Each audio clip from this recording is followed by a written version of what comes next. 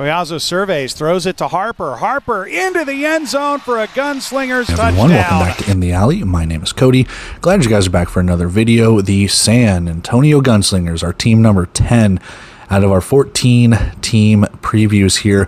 And kind of a disappointing season last year, considering coming out of the gates, for all intents and purposes, pretty hot.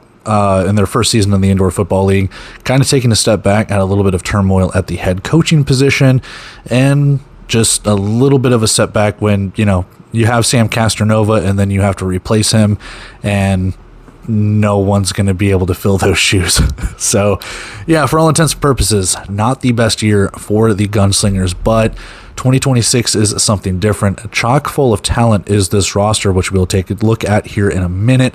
And we got to look at everything else included with that. We got to take a look back at what 2025 encapsulated, and then their schedule, key departures, key signings. You know the drill by now if you've watched any of these videos.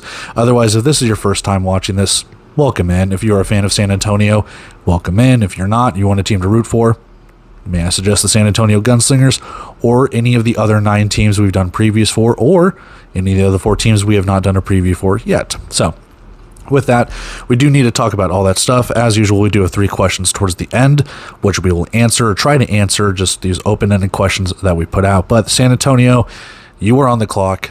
Let's go take a look at what you have in store. All right, we need to discuss last season's San Antonio Gunslingers, preview a little bit of 2026 as well, and kind of get a grasp of what this team is capable of and where we go from here. But the San Antonio Gunslingers, obviously located in San Antonio, Texas, otherwise they'd be called a different name, playing at the Freeman Coliseum, where they've played, I think, their entire history. So, for the most part, they take their name from the 1985 USFL team, but they play indoors instead of outdoors. So, there we have it. Quick facts: head coach Jonathan Bain is his first season as a head coach, I believe, in any capacity. He was with San Antonio last season, I believe, as either offensive coordinator or quarterbacks coach when I did a quick little look up before starting this. So pretty much being promoted to head coach, like I said a second ago.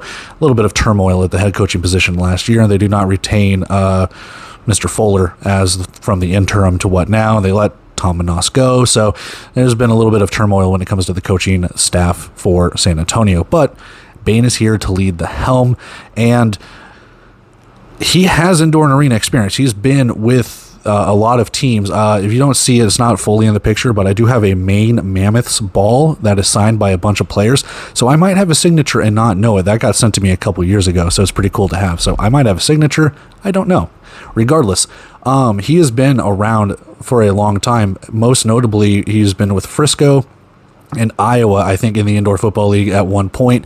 And like I said, he's been with Maine in the NAL, and I believe just a couple seasons ago, he was playing quarterback, and he got pushed into the Dashers and suffered a really bad neck injury. I want to say that was 2023. Which probably got him into coaching, probably ended his career a little bit earlier than you would have liked. So it's nice to see he's made a full recovery. But yeah, that was scary. I remember watching that game on YouTube when people were talking about it. So good recovery and everything like that. Can't say enough good things about it. So here's to hoping the coaching goes really well too. But yeah, scary thing, man. But nice to see he's recovered really well. 2025 record 5-11, and as I alluded to it a minute ago, not the best season, considering that you've only had 2 seasons in the Indoor Football League. You were 4-7 in the Western Conference. You'll kind of see more of that on the schedule in a second. But in the last 5 seasons, they are 13-19 overall, just in the Indoor Football League.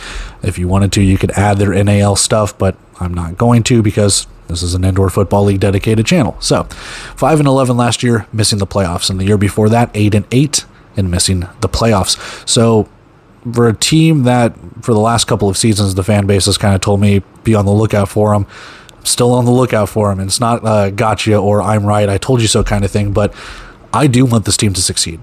I've seen the talent that this team is capable of bringing in, and it is just kind of underachieved, man. Even when you had Sam Castronova come in 2024, he couldn't lead it to the playoffs. So I'm not saying it's the coaching, I'm not saying it's the players, but there's got to be a point in time where this team has to put it all together.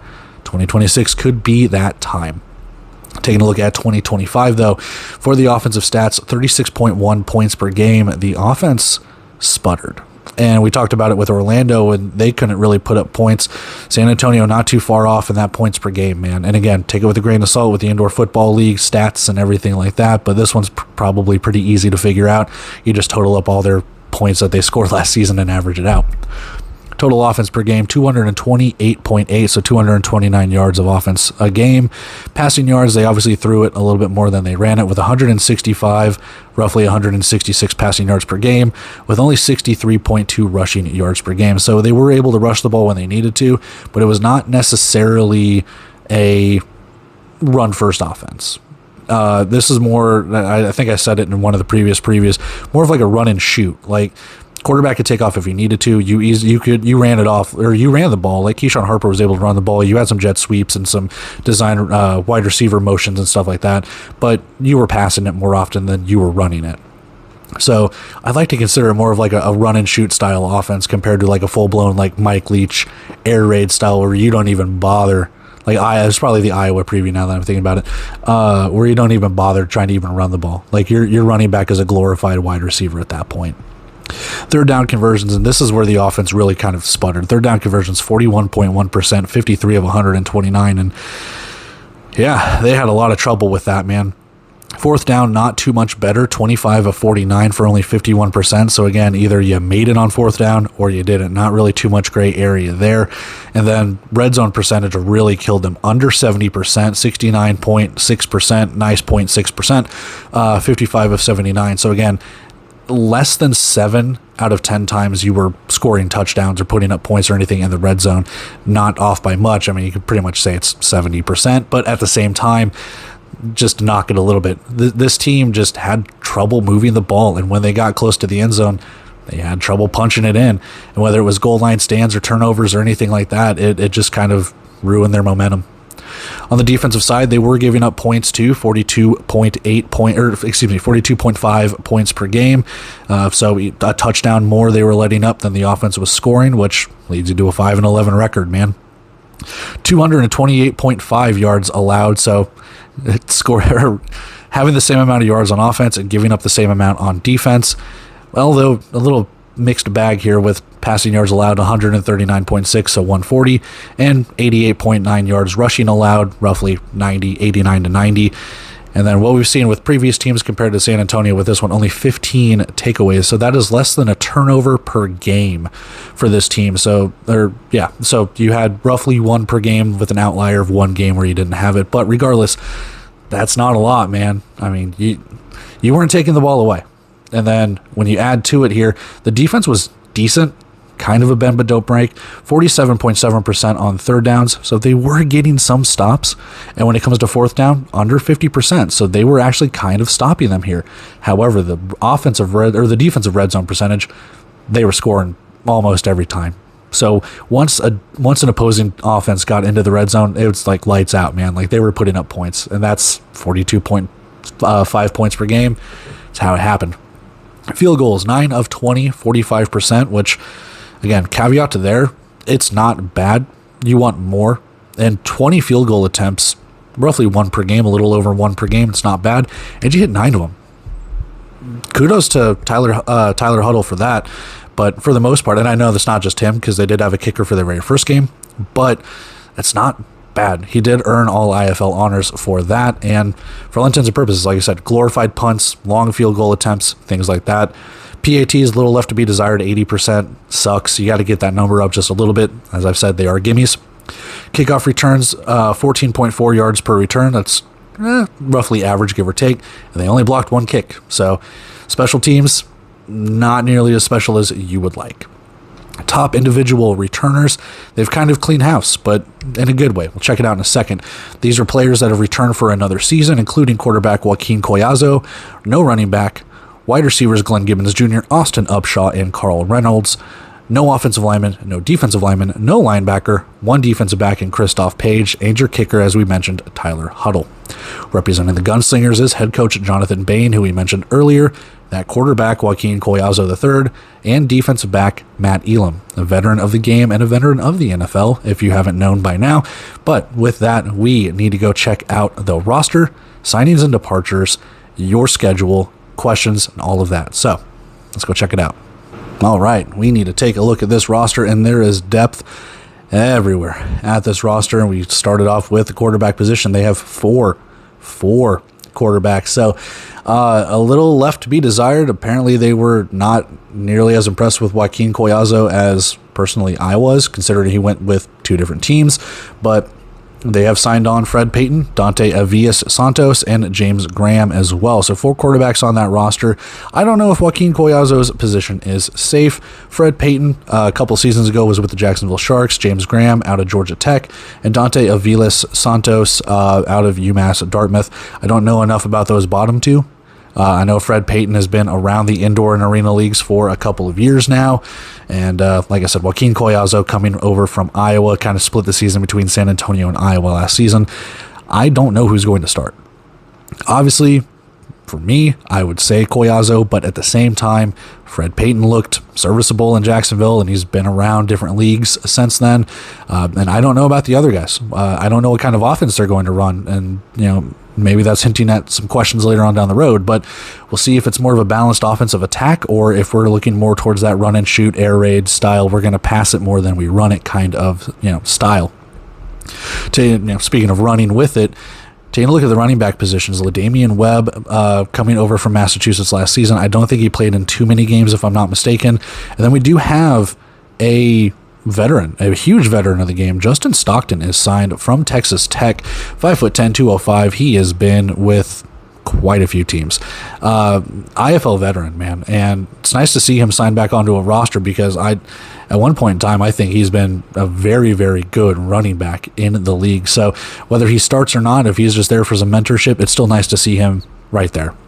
Dejon Richard is signed, 5'11", 215 from Albany State. Kelvin Smith, 5'9", 210 from Delta State. And Jalen Jackson is a hybrid running back wide receiver combo, 5'8", 185 out of Iowa State. We'll see how that goes, but for the most part, I put him there at the running back spot. But again, I don't know who gets the start here. Again, kind of foreshadowing it possibly another question here in the future, but you notice throughout this entire roster, there's a lot of depth. There's also a lot of positions where there's not a lot of returning players or players from different teams from last season or the last couple of seasons. So you kind of take a look at this and go, who's really going to start here? But at the running back position, I would put Stockton. I'd put LaDamian Webb up there. And again, we're going to go through cuts and stuff like that, so that doesn't mean that their position's safe or anything like that. Going to the wide receiver spot now, they do re-sign 3 guys, Austin Upshaw, Glenn Gibbons, and Carl Reynolds. I don't think Carl Reynolds played too many games last year, but Upshaw and Glenn Gibbons are your mainstays from quite a few seasons, like the last 2 or 3. Deion McShane does come over from Quad City, and Jordan McCray is there as a veteran too. I believe he was with Vegas a couple of seasons ago. He might have been with a different team as well, but I remember him being part of either the inaugural Vegas season or maybe the season after that in 2024, but I'm pretty sure he was with Vegas at one point. Not to be confused with Jordan McCray, that's the offensive lineman over at Orlando, because now there's 2 of them. Christian Carter, Deion Cook, and Joseph Ward round it out, and looking at the wide receiver position, there's not a lot of size when it comes to height, 6'5" for McCray, but you do have a lot of speedsters in there, like Glenn Gibbons, 5'10", 180, but the dude is going to burn you. And that is a guy that obviously you need to be on the lookout for. It's a sad thing because you don't have like Cali Rashad in here too, and obviously you've lost Naquan Murray. So I want to see how they replace those guys when it comes to that, because that's a huge return factor. That's a huge wide receiver factor, but you got some guys to hopefully carry the torch there. Offensive linemen, you do have a couple of guys here, Dazion Carroll and Desmond Thomas. They do have veteran experience when it comes to playing in the indoor football league. Dazion Carroll, I know, was with Sioux Falls. He might have been somewhere else throughout the couple of years that he's been here. I know he might have bounced around a little bit, but I remember seeing him with Sioux Falls. Rip in peace to them when they were a team a few seasons ago. Desmond Thomas, same thing. I think he was with Green Bay 2 seasons ago. I don't think he played last year. He might have gotten hurt or spent a lot of time on the injured reserve list, if I'm not mistaken, but I don't want to sit there and say he was injured if he wasn't. So I think I remember him being at Green Bay. Carroll was at Sioux Falls, so you do have some leadership there at the offensive line position. Colton Greer, Gabriel Rankins, Kobe Williams, and Tank Jenkins round it out, and I am actually really excited to see how this offensive line plays out. And what I mean by that is you have a lot of size there. Everyone starts at 300 pounds plus, and I think, again, no position to me right now for San Antonio is completely sewn up. I really want to see what Gabriel Rank is at that size, 6'7", 335, if he can push the defensive lines around, if he makes the cut. Same thing with Colton Greer and Tank Jenkins from Houston, 6'4", 320. It's a big boy as well. If Carroll and Thomas also make the cut with their veteran experience, the offensive line could actually be something here, and depending on what offense you run, I mean, you might be able to have a lot of good pass protection, might be able to have a good, open up the holes for the running game, or if you're able to, set the edge and stuff like that, it could work. Defensive line. Gabe Smith coming over from the Iowa Barnstormers, Terry Beckner Jr. coming over from the Massachusetts Pirates, and we got a couple of guys too. Conroy Cunningham, Daniel Williams, Nick Evans, Xavier Henderson, and Kendry Gant. Excuse me. I got to this point before my throat giving out, so better than the Quad City preview, but here we go. For the defensive line, 6'5" for Nick Evans, 255 out of Charleston. I do like that. I do like what they have at that defensive line spot, and you do have some of the bigger guys. Xavier Henderson, 6'2", 320, kind of your bigger man up front, and Terry Beckner Jr., he was a really good force with Massachusetts. Gabe Smith, all things considered for Iowa, I mean, pretty good season, but I do like what they have with Terry Beckner Jr. That could be the guy that kind of leads that defensive line right there and be the number one guy. Other than that, I do like Xavier Henderson coming over from D2 Texas A&M Kingsville, Daniel Williams coming over from Hawaii, albeit not the tallest, in fact the shortest of the defensive line, but there we have it. If Gant doesn't make that as a defensive lineman, he can always be a tweener as a linebacker, which 6'4" linebacker getting his hands up or blitzing the quarterback could be really, really beneficial if he chooses to go there. But to the linebackers we go. Carl Ware and Renaria Dilworth rounded out. Dilworth being a linebacker, defensive back hybrid. Carl Ware coming over from Wayne State, Michigan in D2. 5'11", 225. Dilworth, 6'2", 210 out of Baylor. So you're seeing quite a bit of FBS talent on this roster too. You're seeing it up above, and even FCS talent when you look at like Deion McShane from UNI, or I don't know, South Alabama's FBS now, but for the most part, you know what I mean. Mercer up there for Fred Payton is FCS. But you see it here, Charleston as well, Arkansas State's FBS, Southern Arkansas D2, yada, yada, yada. I'm not going to get further into it. But at the linebacker position, we'll see how it goes, because if, like I said, if Gant wants to go to linebacker, more power to him. I like that size at linebacker. That's a really good size for linebacker. Not a lot of depth, though. And I am curious to see how that linebacker room, fits out, because like I've said with other previews, one's got to start. Don't know who it's going to be. One's probably going to be more of your depth piece, depending on how the 25-man roster shakes out. Someone's probably going to get cut. To the secondary we go. Christoph Page is back for another season. Marcus Floyd comes over from Massachusetts, so your third Massachusetts Pirate from last year moving over here. And Matt Elam, your fourth Massachusetts Pirates, but he split some time with San Diego, as well as he was with San Diego at the end of the season after coming over from the Pirates. So he is on for another year. Sintel Williams, not on for another year, but you know what I mean. He's over here. Sintel Williams was with Green Bay at one point, and no, different guy. Okay, I think Sintel Williams a couple seasons ago out of Ferris State, so D2 powerhouse there. He was with Green Bay a couple seasons ago. He played pretty well. I think he was in camp with someone and eventually got cut. Can't remember who it was that he was with, but for all intents and purposes, I think he did try and make a roster last year, but I don't think he made anything worthwhile. Jalen Jimerson, Trey Morrison, and Larry Brooks round it out, and what you see here is hopefully a lot of veteran depth with Page, Floyd, Elam, and Williams. I'm not saying that they're going to start, but for the most part, you do have a lot of veteran leadership and some mentorship right there, and then you kind of figure out who your 5th, 6th, 7th guy is going to be, depending on how many guys you want to carry. Jimerson, Morrison, Brooks, even if Williams doesn't make the cut, or if any of those other three aforementioned guys at the top don't make the cut, kind of just go from there, because, like I said, I'm not saying the roster's in flux, but I don't really know who's going to start. A 5-11 team here, there's a lot of question marks that you need to answer before the start of the season, and you got some time to do that. Kicker is Tyler Huddle. Like I said, he earned all rookie honors, if I'm not mistaken, last season. Dude was pretty good, all things considered. He did not play the very first game, but they signed him after that. he was serviceable. He had a couple of deuces and just trying to figure out the game, man. And I think he found it out pretty well. So hopefully your number 2 for Huddle is going to be just as beneficial as the learning curve he had to deal with in year number 1. Injury call-up and other list includes Ravarius Rivers and Bless Harris are, United Football League exempt. And then on the physically unable to perform list, we have Jalen Robinson and Lee Autry. So, like to see what happens there. I think Robinson, it's either Reynolds or Robinson, Carl Reynolds or Jalen Robinson. I think it's Jalen Robinson. He got hurt last year, either in the penultimate game or the final game of the season. He got to play a little bit, and then he eventually got hurt. He was actually playing really well. And unfortunately, he got tackled or he fell or something, and he was out for the rest of the game. And I don't know if that's the injury keeping him out. But yeah, Lee Autry comes over from Vegas. He's hurt, so we'll see what he can do. But there you have it for your training camp roster for San Antonio. Again, this is all fluid. People could be cut, people could be signed, things like that. So that's what we have to go off of. Let's go take a look at our signings and departures, schedule, questions, everything else. All right, key signings and departures here for San Antonio. For the offensive side, I've got Joaquin Collazo. And the reason why I have it is because you could put Glenn Gibbons, you could put Austin Upshaw, and those are probably, I'll be honest, probably the better option here. Because as I said in the roster portion, I don't know if Collazo's even going to start, but I would like to give him the benefit of the doubt because all things considered, with the stats you see here between Iowa and San Antonio, he did ball out. He did have a little bit of an interception problem, but for all intents and purposes, what he was asked to do, he was able to do it pretty well. 196 of 331 passing, 2,219 passing yards, 47 passing TDs, and 18 interceptions. So again, not the best when it comes to the interception bug, but regardless, almost 50 passing touchdowns. He was slinging the ball. You go from pretty much your air raid offense in Iowa to more of a pass-friendly offense.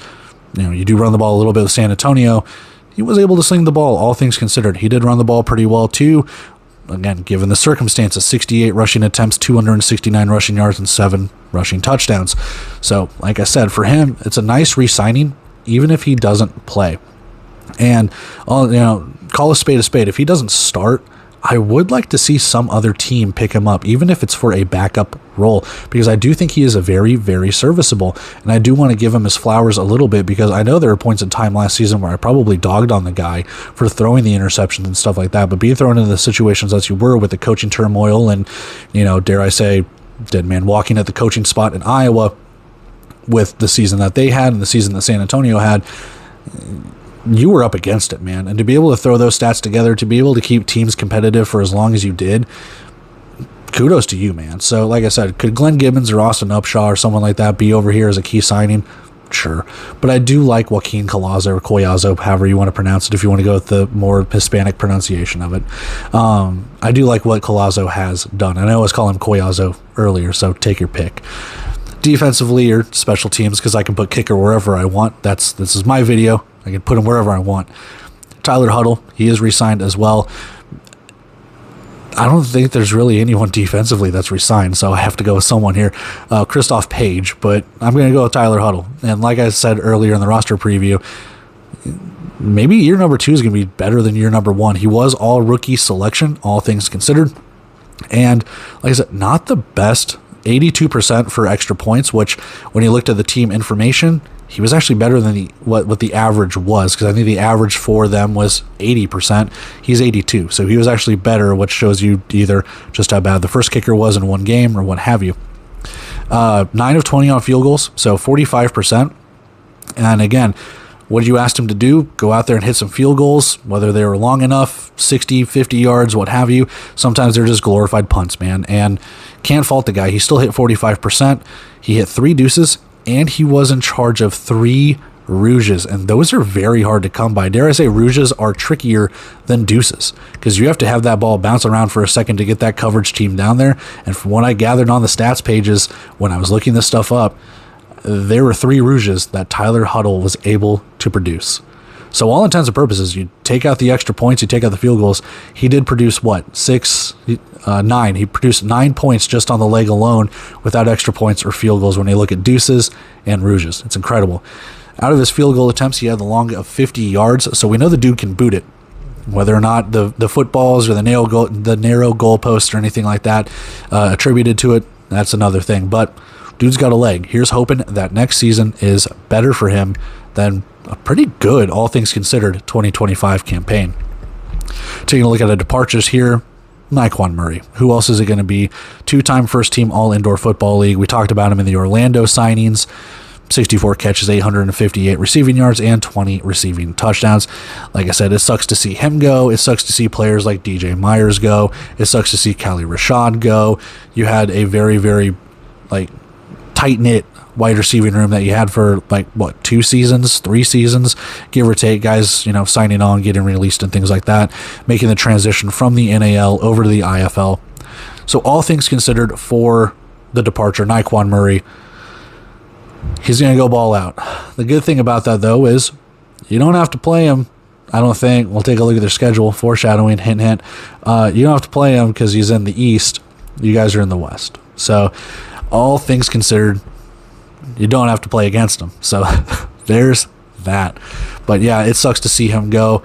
What you have at the wide receiver spot, I don't think will be close to what he's able to produce, but you might get close. Again, it kind of hinges on what kind of offense you want to run. You have a first-year head coach with that. On the defensive side, there could have been quite a few guys, but I'm going to go with Mike Miller. He had a pretty good statistical season, and I'm amazed he didn't really earn too much recognition for either all indoor honors or anything like that. It shows you how good the secondary was for a lot of teams last year. 66 total tackles, so pretty big tackle machine. 2.5 for a loss, 1 sack, 3 picks, and that might have been the do-win for him. 10 pass breakups, though. He did bat down 10 passes. 1 forced fumble and 1 fumble recovery. And mind you, this is in the defensive back position. So maybe he just didn't have enough interceptions compared to some other guys, and that might have been, like I said, the thing that did him in. But overall, not a bad statistical season. Now, how all of those things came to fruition per game, what have you, or in the position or the conditions that the game was in, we don't know. I mean, we do. You can go back and look, I guess, or watch the games. But I'm putting here as a key departure because I'm not sure if the defense necessarily is in a spot for, how do I want to put this? I'm not sure if the defense is in a spot right now where it's better in a sense. And I don't mean that as the defense is horrible, but what you gain back in the secondary, I hope can benefit this team, because for all intents and purposes, Ravarius Rivers going back and forth, and when they actually signed him a couple of seasons ago, he played extremely well. Not necessarily a Band-Aid, but for all intents and purposes, I think the defense needs, and they have had a huge, complete 180 when it comes to signings and stuff like that. I think losing Miller in the secondary is going to be something that, how do I want to put this? It's not going to be the worst thing in the world. It's not going to be the best thing in the world. You've signed talent. You've signed experience, but I think you will miss someone like Miller. You will, but you won't. In the sense, I think he can impact a game, maybe a couple games, but other than that, his impact might not be felt, if that makes sense. It's kind of hard to convey without going on to a huge tangent and kind of strapped for time with that. So that's what I have for key departures. You could put defensive linemen here, because I think the defensive line could be a huge question mark. You could put linebackers here, but linebacker to me for San Antonio has been a huge question mark. This year's no different. So that's where we have it for key signings and key departures. Let's go take a look at that schedule. Let's go take a look at those 3 questions, wrap up, and get out of here. All right, we need to take a look at the San Antonio schedule, and what you will notice here, a lot of Saturday.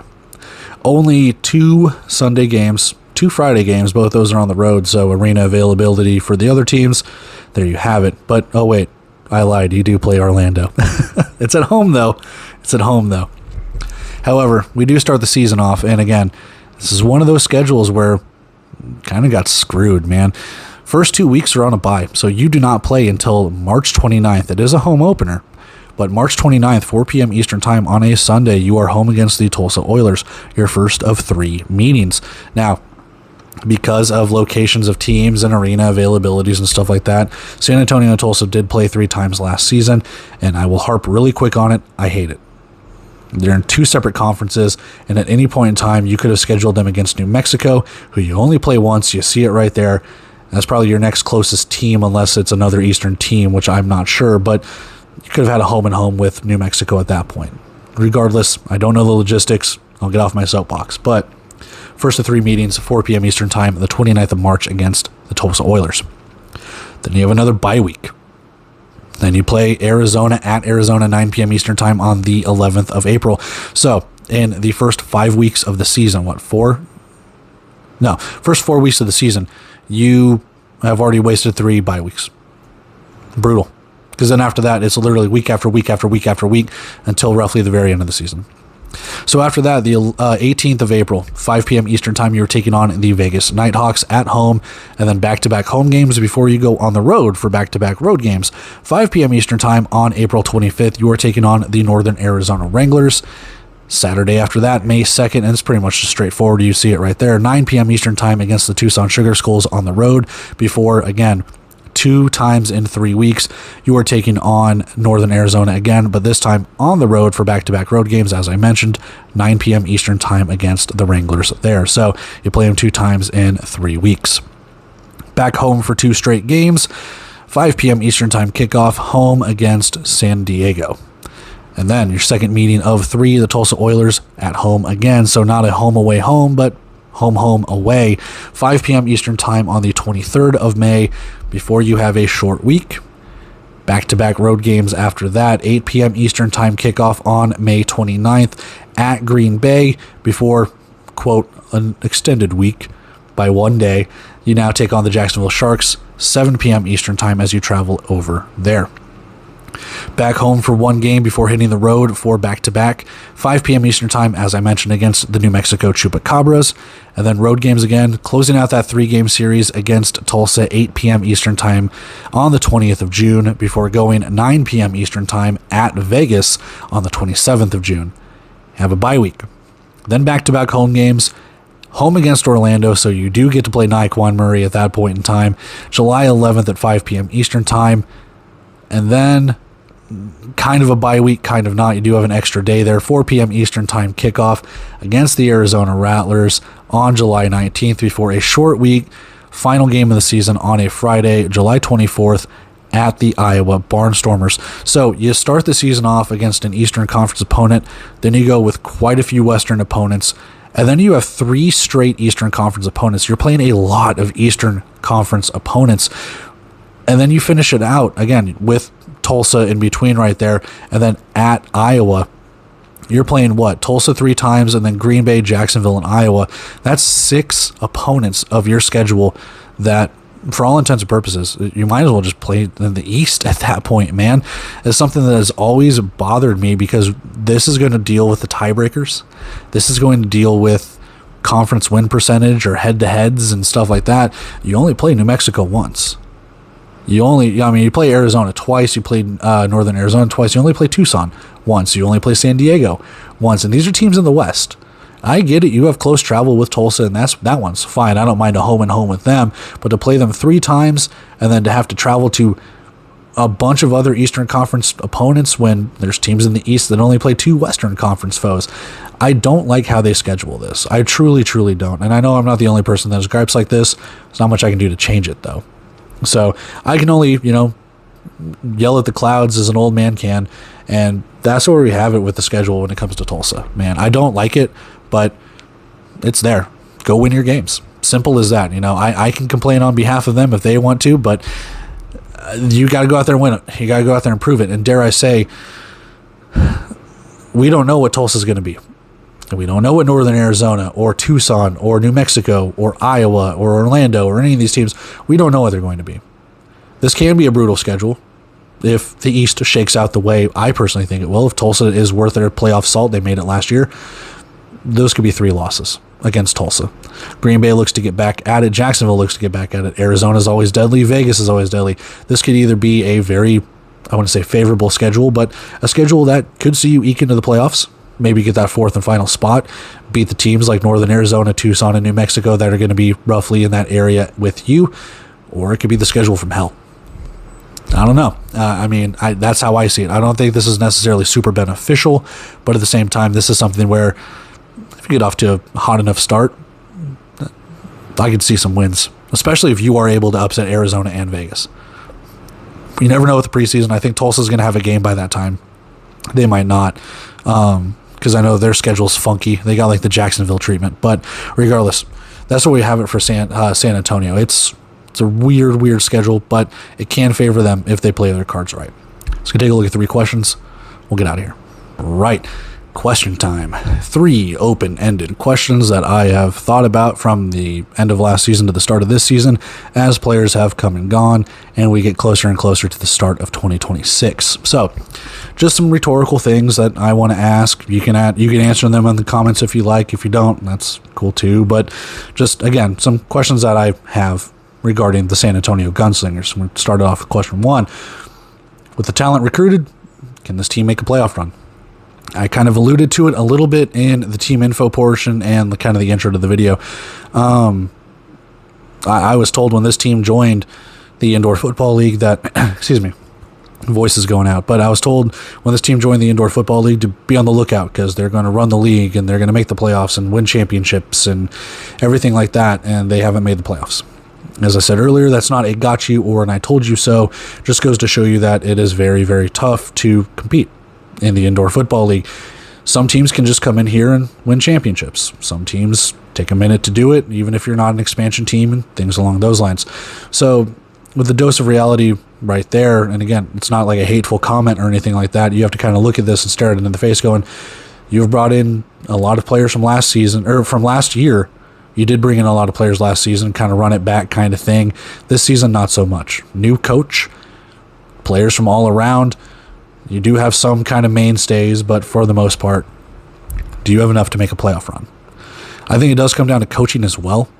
But from the player aspect, I think talent is there. As I mentioned in previous previews, I do think that the West is kind of a 4-team race for one playoff spot. And what I like about San Antonio is I think they have the talent at every position to make that run. Collazo, he's looked good. Fred Payton has been a part of the Jacksonville offense, I guess, or Jacksonville team a couple seasons ago. So he kind of knows a winning culture over there at Jacksonville.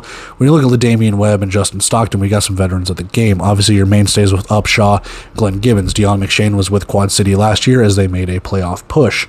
Jordan McRae, while not a playoff caliber roster at that point, was with Vegas. So top tier, kind of team when it comes to the organization. Terry Beckner with Massachusetts, Matt Elam with Massachusetts, Marcus Floyd with Massachusetts, where again, maybe not making the playoffs last season, but Massachusetts does have, dare I say, the culture of winning and things along those lines. Add in, obviously, some of the other guys that are around, Desmond Thomas, Dejon Carroll, I think is how it's pronounced, and there is talent there, man. There is talent that can get you into the playoffs, and there is that opportunity too where we don't know. We've done the Northern Arizona preview. We've done the New Mexico preview where I don't know if those teams are necessarily going to be ready just yet. There is a chance that they can be. We don't know. I'm not, take injuries and all of that stuff out, just looking at this on paper. There is an opportunity, I think, where San Antonio could go into that 4th and final playoff spot. For God's sakes, I've tried to put them there the last couple of seasons and it hasn't worked. So maybe I don't put them here and they surprise me. I'm not sure, but I like what they have, man. I'm not saying it's a 2-team race between them and Tucson because we never know, and we still have to do Tucson's preview in a couple of days, but I like what San Antonio has. I want to see what their offense is capable of. I want to see if their defense can kind of shore things up a little bit, but I do like this roster compared to what it was.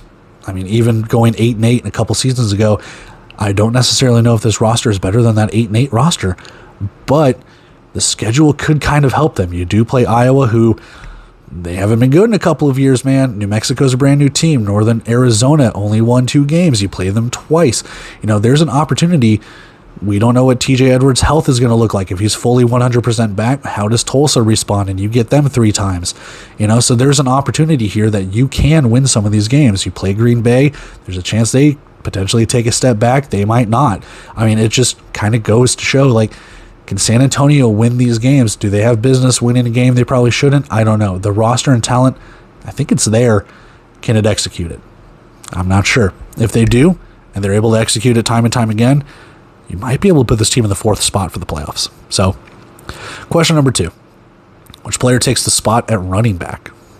I mentioned not just at running back, but really at a lot of these positions, I don't know who your starters are. I would say Upshaw and Gibbons are probably your starters at the wide receiver spot. You still got to fit a third one in there. But at the running back position, I don't know. Keyshawn Harper was the guy that pretty much took the reins for last season. He's gone. As I just mentioned, and I've mentioned throughout the entire preview, I do not know what this offense is going to look like.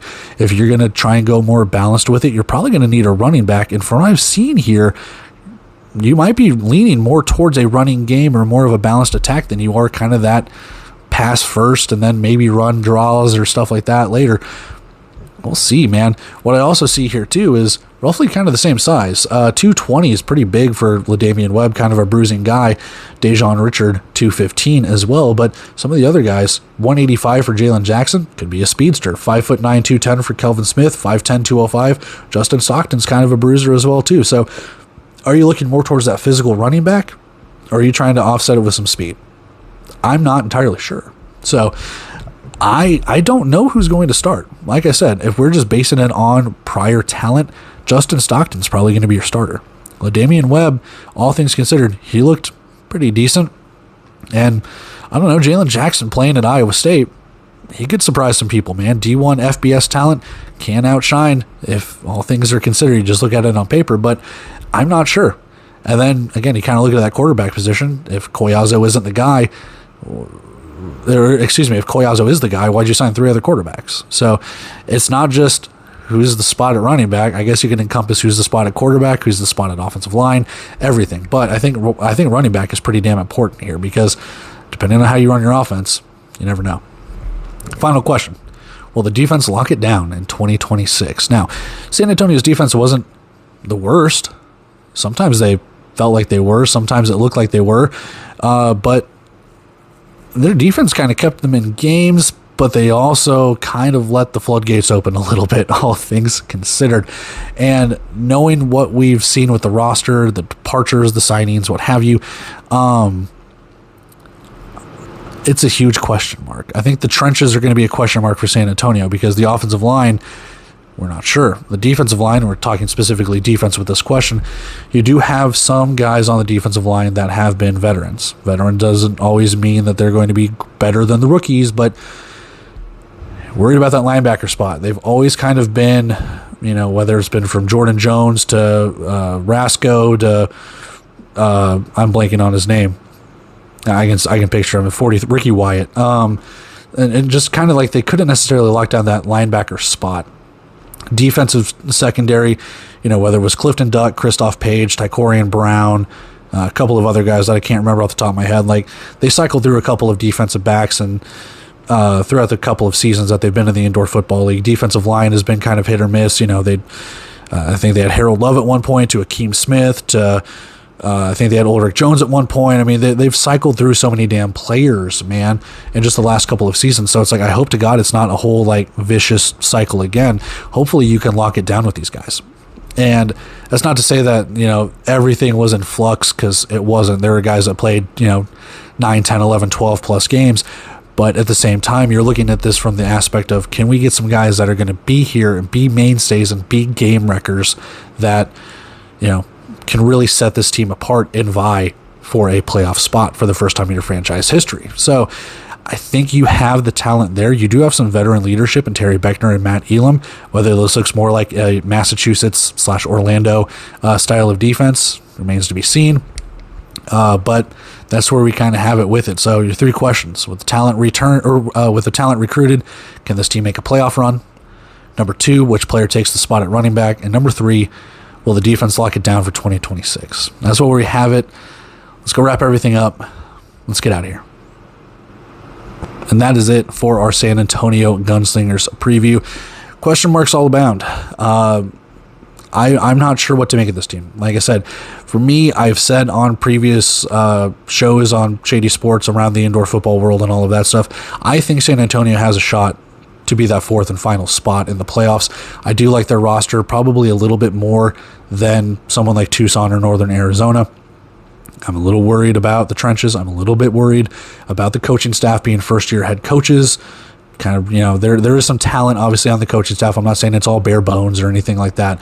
So I think there's a lot of help. I think there's a lot of just kind of wait and see with San Antonio. If this team gets off to a slow start with the schedule that they have, they could very well get off to a slow start, but there are teams on that schedule where they could in fact go on a little bit of a run and maybe make some noise as you get deeper and deeper into the season. And like I said, there could be an opportunity for this team to possibly squeak in to that final playoff spot, but it remains to be seen. I would like to see it because, like I said, and I'll say it again, it's not a hate, it's not a gotcha, it's not an I told you so. I was told all the time, you need to look out for San Antonio. This team is good. You don't know what you're talking about, this and that. I want it for the fans. Because look at the passion that the fans have told me, like, you're wrong, you're this, you're that, to make me a believer of, okay, I will believe your words. I want to see this team succeed. And even to this day, I do. I'm not a San Antonio fan by any means. I don't hate them. I don't love them. But for the fan base, there's a lot of passionate fans for the San Antonio Gunslingers. I want to see them succeed. I do. I want this team to make the playoffs. I want this team to excel. Because for those fans that are telling me, you don't know what you're talking about, I want to see it to them. Because they clearly want this team to do well. Simple as that. So that's where we'll leave it. I do want this team to succeed for their fans, just like I want all the teams to succeed for their fans too. It's not necessarily a backhanded compliment. You can see it that way, but I do want to see San Antonio flourish because for all intents and purposes, I think they have the roster to kind of get it done this year. Not championship, but given the right circumstances, make a little noise. So with that, call it here, guys. I love and appreciate every single one of you. I checked my channel like views and analytics and all of that stuff for the first time probably in like the last week or two, just to see how everything's going. Over 100+ views on every preview video, so kudos to you guys for taking the time to watch it, even 5 minutes. That is, I can't stop smiling at that, man. Even 100 views is incredible to me because this is just a fucking passion project. Oh, I didn't mean to cuss. This is just a passion project, man. It gets me excited. It's something I never imagined. Even like 100 views of people actually wanting to like watch this. So it truly means a lot, man. When I ask, like, comment, share, subscribe, go for it. I don't care. I truly mean it. Like, I don't care if you watch this. I'm going to put these videos out anyways. And the fact that people are watching them, it means a lot. It means I'm doing something good, and it makes me very happy that I'm able to turn out information and videos like this and people watch it and they enjoy it. So from the bottom of my heart, guys, I truly mean it, that I love you guys. For the people that have subscribed, and my subscriber count thing has gone up each time I have checked. It's incredible, man. The passion that you guys have for the Indoor Football League, the passion that you have for these teams, these players, these coaches, the owners, and everyone like that. It's insane. Like, it's not even me. I'm not trying to make it about me. It's about this. It's about the teams behind me, everyone like that. Like, that's what makes this thing go. I just turn out the information and relay it to you guys. This has nothing to do with me, but I appreciate the love and support because the Indoor Football League has been, it's been so beneficial, man. So kudos to you guys for taking the time to watch this, but I'm going to take off here. I love you guys. I love you guys. I love you guys. Like, comment, share, subscribe, or don't. I do not care, but I will catch you in the next one. San Diego, you're up next. We'll catch you in that one. See ya.